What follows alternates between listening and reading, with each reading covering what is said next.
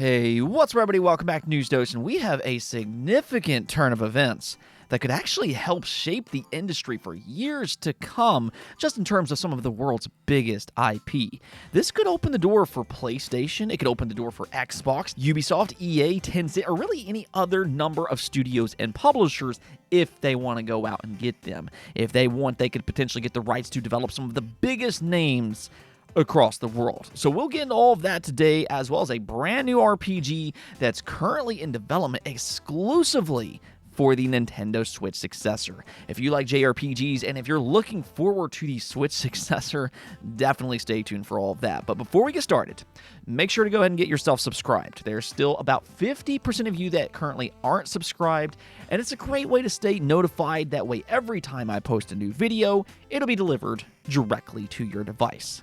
Now, with that said, let's just go and jump right into things, starting off with a very welcome addition for the PlayStation family of consoles. Vampire Survivors is finally set to release for the PlayStation 4 and the PlayStation 5 on August 29th.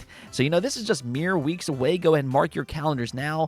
And, I completely understand. When you look at this game, you're probably like, whatever, doesn't look that good.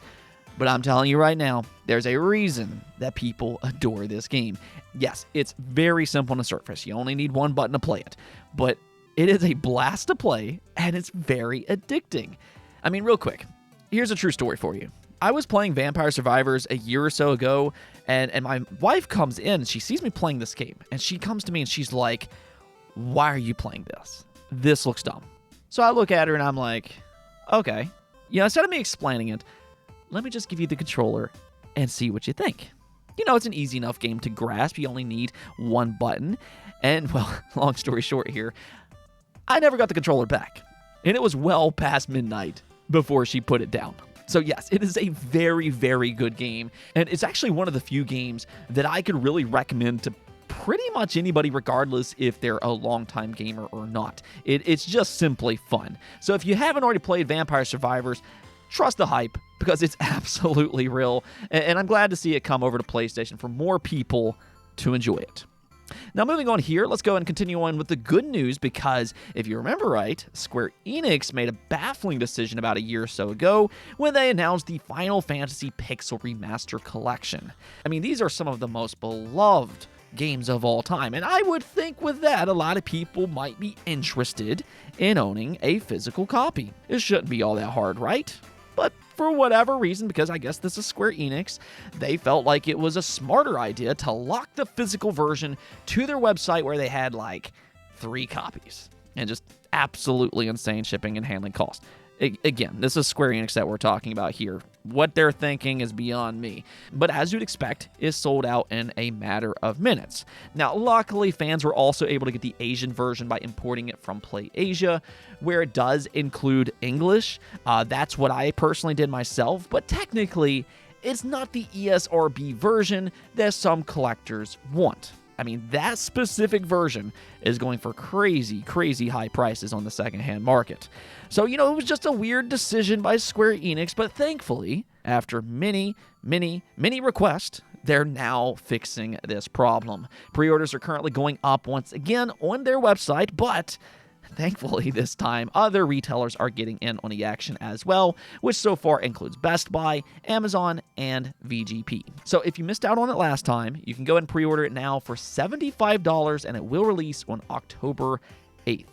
Now, unfortunately, we do have to shift gears here and talk about some bad news as well. Not everything went well today, and that's because Meta just shut down Ready at Dawn. Now, this actually really surprised me, because I thought they were doing a pretty good job for Meta. Now, if you don't know who they are, Ready at Dawn is probably most well known for their work on PlayStation games like God of War Chains of Olympus, Ghost of Sparta, Daxter, and then The Order 1886. A lot of people remember that as a PlayStation 4 exclusive that looked insanely good, but maybe it didn't play as well. Depends on who you ask. However, Meta later on acquired them as a studio to bolster their first-party virtual reality lineup, and they actually did a pretty good job. They released Lone Echo 1 and Lone Echo 2, which are probably some of the better VR games available. Despite that, though, they still got shut down, and to me that seems like a bad sign for the future of virtual reality. I mean, Meta, Facebook, whatever you want to call them, they don't have a lot of studios in the first place. So to see them give up on one of their more promising studios from a quality standpoint, I think is extremely disappointing. Now, I do understand that Meta doesn't have a lot of competition right now in the VR space, but if they ever want VR to take that next step, then they do need studios to maximize that technology. And again, I felt like Ready at Dawn was one of their more promising studios. Either way, definitely very unfortunate news. Okay, so let's go and talk about the big story of the day, though, because this could potentially help shape the game industry for years to come. One thing that we've really seen for about 6 or so years now is just the explosion of licensed games. There for a long time, licensed games didn't exactly have the greatest of reputation outside of, a few licensed games like the Batman Arkham series as one such example. But really, ever since Spider-Man 2018 released for the PlayStation 4, we have seen a major push from Disney specifically. And it's really interesting how they've approached this. Rather than acquiring a bunch of studios to work on their IP, instead what they've done is they've gone out and they've licensed a bunch of their franchises to different publishers. So now you have games like Star Wars Outlaws and Avatar over at Ubisoft. You have Wolverine and Spider-Man over at PlayStation. You have the upcoming Indiana Jones at Xbox, the Avengers over at Square Enix, and the list just kind of goes on and on. They have taken a more external approach where they don't necessarily have to worry as much about the cost of development. They simply just license out their games to big-time publishers, and they let them go from there. Meanwhile, though, you have Discovery Warner Brothers, and they have a lot of IP themselves, which includes Harry Potter, they have Game of Thrones, they have Looney Tunes, Batman, the Justice League, and all of the other DC stuff. Similar to Disney, they have some of the biggest intellectual property in the world.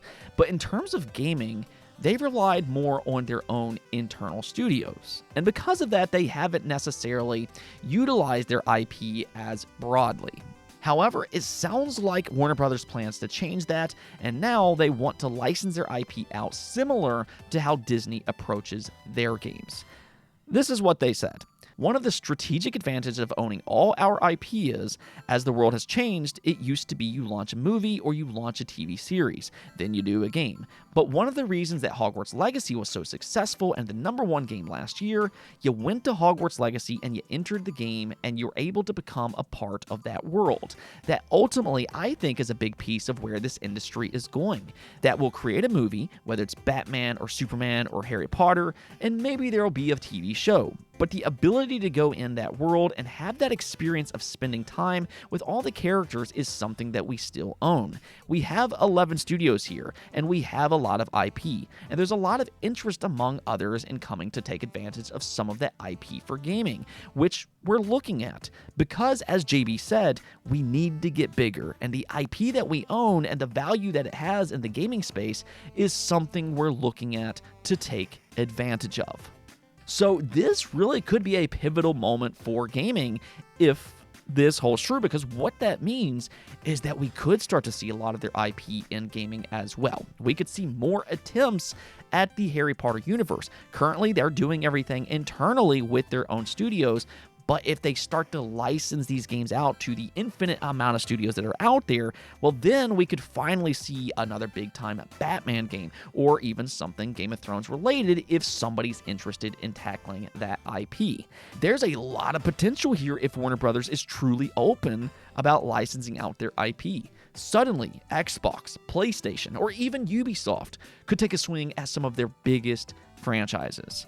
Now, for me personally, I'm going to be honest with you all here, I actually prefer the game industry to focus on their own IP instead. To me, that's what makes the gaming space so unique.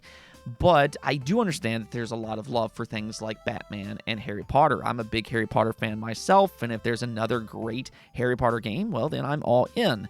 But what this news means is that, yes, that potentially they could hold a bigger place within gaming. So I'll just ask you all, what do you think about this news? And which IP would you most like to see come to gaming? And what studio do you think would be a good fit for said game? Let me hear it in the comments below. Now, before we go, I bring good news for you Nintendo fans out there as well. Again, I do understand that Nintendo news has been a little bit dry here recently. But if you're a fan of the Xenoblade series, then I think this is actually really exciting stuff. Personally, I consider the Xenoblade franchise to be among the best JRPGs of all time, so suffice to say, I trust Monolith Soft.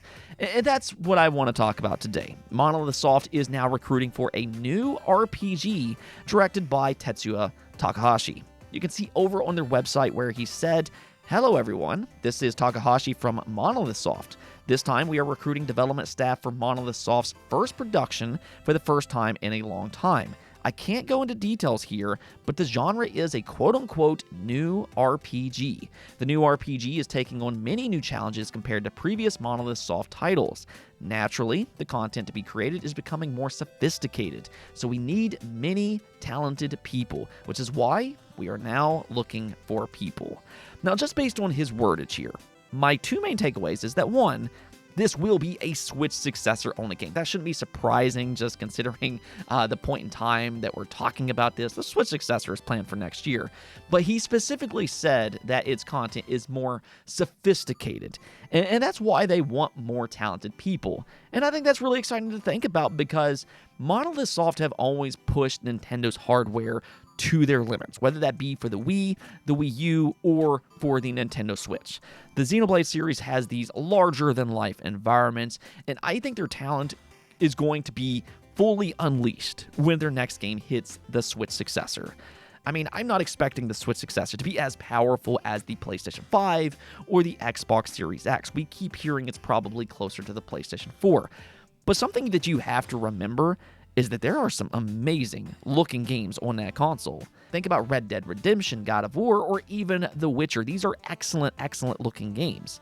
I'd really say the main difference from this generation isn't so much in terms of the raw visuals, but really it's more about the improved frame rate and load times than anything else. So we're going to see Nintendo take a huge step in terms of visuals, and Monolith Soft might be one of their flagship titles to really showcase that.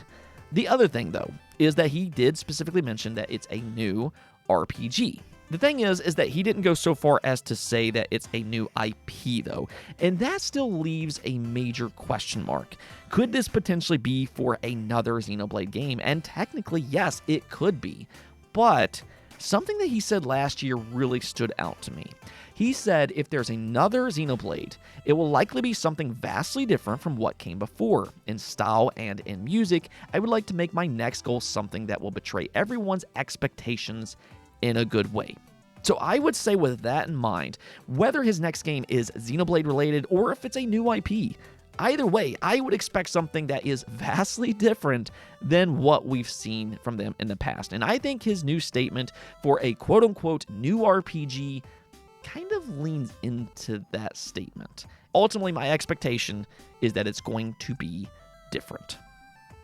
Anyways, though, that's going to be it for this episode. But until next time, hit that bell notification and subscribe button, and peace out.